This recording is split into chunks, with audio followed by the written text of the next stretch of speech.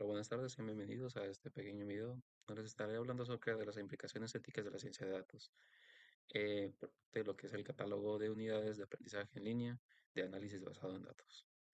Mi nombre es Edwin Josué Camarena López, soy estudiante actualmente de Ingeniería Aeroespacial de la Facultad de Ingeniería de Mexicali en UABC, con matrícula 1190-168.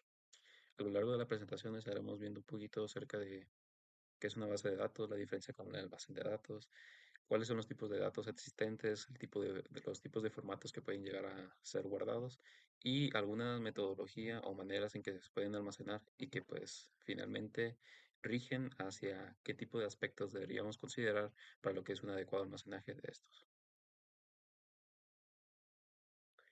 Bueno, primero estaremos viendo lo que son los principales conceptos, que es una base de datos y un almacén de datos. Yo lo estaré viendo como más o menos como una diferencia. Es que básicamente lo que es la base de datos se estaría diciendo que es la recopilación de los datos para poder acceder en cualquier momento. Algo así como cuando nosotros utilizamos un OneDrive, que es que subimos las imágenes. Por otra parte, el almacén de datos se encarga de analizar los datos que hemos subido y que éste puede darnos un resultado a partir de análisis. ¿Qué quiere decir? Que cuando nosotros subimos nuestros datos, muchas veces lo pone en categorías y puede definir que esta categoría es únicamente para animales, poniendo únicamente las fotos que son de nuestras mascotas. Siguiendo por la parte de lo que es el almacenaje y recopilación de datos, decimos que hay 6 tipos distintos de datos. En este caso, dependiendo de lo que son las técnicas y las herramientas. Bueno, siguiendo con los tipos de datos, tenemos lo que son los estructurados, no estructurados y lenguaje natural. El estructurado se basaría más que nada en el vaciado de información a través de columnas o filas, como es el programa de Excel, donde nosotros vamos a organizar y pues ordenar lo que son los datos, ¿no? Luego, por otra parte, tenemos lo que son los datos no estructurados. En ellos tenemos lo que es como cuando mandamos un correo electrónico, ya sea para un remitente como tal, o ponemos una queja, pero no necesariamente debe de contestar una persona en específico. Puede ser distribuido a cientos de personas que puedan contestar a nuestra solicitud. Y por último, tenemos un lenguaje natural, que es como cuando nosotros estamos chateando con otras personas y no sabemos cómo podría expresarse o poder contestarnos debido a que pues, es por cambios o comportamientos que difieren a lo que es a nosotros. En ese caso, pues serían como el comportamiento actual que tenga de sentimientos o emociones en ese momento la persona. Bueno, siguiendo con los tipos de datos, tenemos el generado por máquina, el basado en gráficos, audios, videos e imágenes. Para el primero tenemos que es básicamente la recopilación de datos sin intervención humana, algo así como cuando se utilizan sensores para la calibración de maquinaria. El segundo es la relación entre dos variables, que en este caso yo coloqué una pequeña imagen que es la referencia entre la deformación conforme la fuerza aplicada sobre una placa. Y por último es la utilización de audios, videos e imágenes, es básicamente la utilización de inteligencia artificial que nos ayude para la implementación de nuevas mejoras.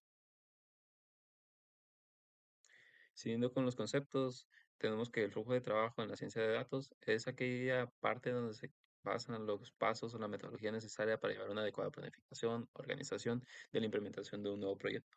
En este caso se basa o se orienta hacia el almacenaje de la información. Pasamos a las 6 principales etapas de la ciencia de datos. Tenemos que el primero es la recopilación de datos que estemos buscando. La segunda es la preparación de datos, donde también se realizan las correcciones pertinentes. Y la tercera es la introducción de datos, la cual se lleva a un lenguaje entendible en caso de que estemos utilizando lo que es un sistema computacional. Pasamos al cuarto paso, que es el procesamiento de limpieza de datos, que es básicamente la depuración de datos que son irrelevantes para nosotros. El quinto paso es la interpretación de datos, que básicamente se pueden realizar gráficos visuales que nos pueden ayudar a lo que es la organización de la información. Y el sexto paso, que es finalmente lo que es almacenaje de datos. Pasando con el método de recopilación de datos, tenemos que es la manera en que nosotros nos vamos a acercar a los usuarios para poder tener información relevante para nosotros. En este caso se puede contemplar encuestas, entrevistas, observaciones, revisión de registros o un poquito más en la parte práctica sería lo que es muestras biológicas, pruebas mecánicas, evaluaciones fisiológicas, entre otras. Bueno, pasando con los tipos de formatos para encontrar datos, se dice que actualmente conforme cada vez que sale un nuevo tipo de software o programa, ese tiene su propio tipo de archivo. Sin embargo, siempre tienen la coincidencia de que todos estos, ya sea que tengan un formato de texto, numérico, lenguaje de software, de modelo, puede ser leído por otras plataformas o puedes llegar a tener compatibilidad. En este caso, los más conocidas puede ser lo que es la utilización de valores separados por comas, lo que es el HTF y lo que son los formatos Excel. Bueno, la manera en que se almacenan los datos, tenemos que existen 6 de ellos. La primera de ellas es el almacenaje en la nube. Tenemos que se puede utilizar lo que son plataformas tales como OneDrive, Google Drive y demás. Tenemos el segundo, que es la red, que es la utilización de redes inalámbricas, tales que siempre y cuando estemos dentro de esa red, podemos obtener información que sea relevante para nosotros.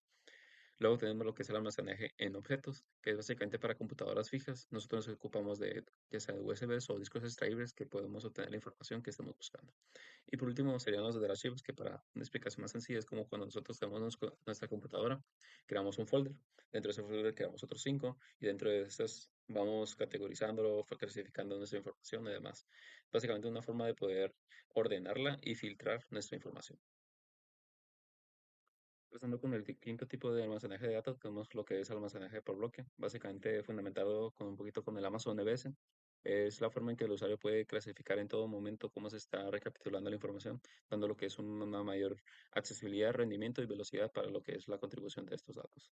Tenemos también lo que es almacenaje de software, que es básicamente el poder conseguir una compatibilidad múltiple entre distintos programas. En este caso sería lo que son los tipos de archivos IGES o STEP para el caso de archivos CAD o de diseño que son utilizados en la industria mecánica, incluso aeroespacial.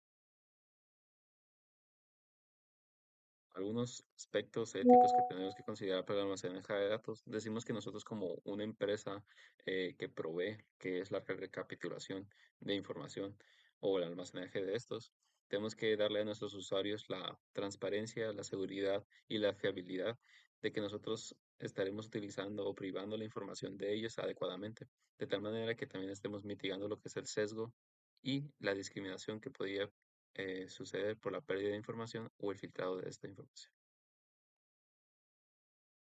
Y bueno, esto ha sido todo por mi parte.